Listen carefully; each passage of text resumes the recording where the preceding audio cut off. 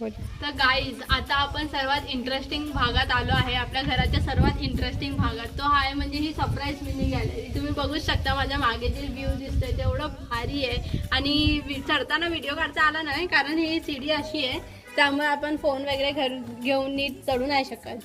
तर बघा इकडे हा व्ह्यू असा इतका मस्त दिसतो ना तुम्हाला, पावसात इतकं भारी वाटतं ना इकडे. आता हे बघा, हे इकडे जंगलचा एरिया, तर आमचं घर थोडंसं डोंगरावर पडतं, मग ते जंगलाचा एरिया असतो, त्यामुळे मग पावसात इतकं भारी वाटतं आणि इतके ढगं येतात ना इकडे, मस्त दिसतं एकदम. आणि इकडे तुम्हाला कधी कधी असं तुम्ही याल ना वरती तर तुम्हाला माकडं वगैरे असं नाचताना पण दिसतील, वाघ वगैरे पण येतो आमच्या गावात, मग तुम्ही थोडं सावध राहायला पाहिजे.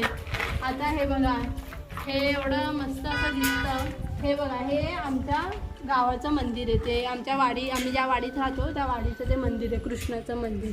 आणि जसं जसं तुम्ही या साईडला याल तसं तुम्हाला अजून एक मंदिर दिसेल, ते आमच्या पूर्ण गोवेले गावचं मंदिर आहे. आणि ते आमच्या ग्रामदेवताचं मंदिर आहे. आमचं ग्रामदेवत म्हणजे काळभैरवाचं मंदिर आहे.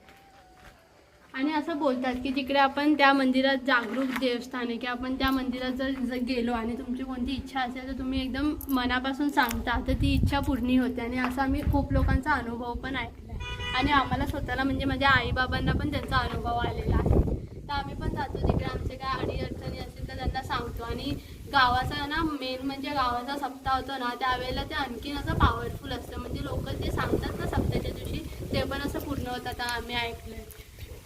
आणि हा बघा, हा असा पूर्ण व्ह्यू आहे. इकडे सगळं आमचं गाव दिसतं, इकडून बघू शकता तुम्ही, तिकडून पण बघाल तर तिकडे पण आमचं पूर्ण गाव दिसतं.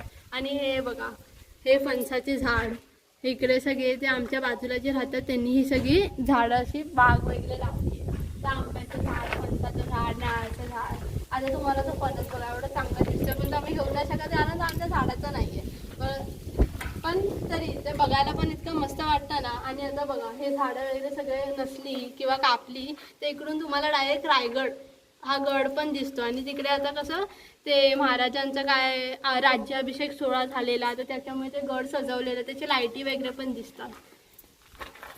तर आपण इकडे येऊया. तर हे सगळं फणसचं झाड कापलं ना की तुम्हाला आमच्या मागे गणपतीचं मंदिर आहे ते पण तुम्हाला दिसेल. आणि ते मंदिर पण असं म्हणजे सगळे वाडी तिकडे जाते, सगळी अख्खा गोवेले गाव तिकडे जाऊन पूजा वगैरे करते, सप्त्याच्या दिवशी असो किंवा गणपतीच्या दिवशी. गौरी येते तर त्या साईडूनच येते असं. मग त्याच्या बाजूला ते हे झाड वगैरे कापलं की तिकडे रेशनिंग ऑफिस पण आहे. तसे लोकांची रेलचेल पण असते, असं नाही की कम्प्लीट आम्ही डोंगरात राहतो. तर हा सगळा व्ह्यू. आणि पावसाच्या टायमाला तुम्हाला इतकं मजा येईल ना, तुम्ही येऊन इकडून हलणारच नाही. तर माझी सगळ्यांना विनंती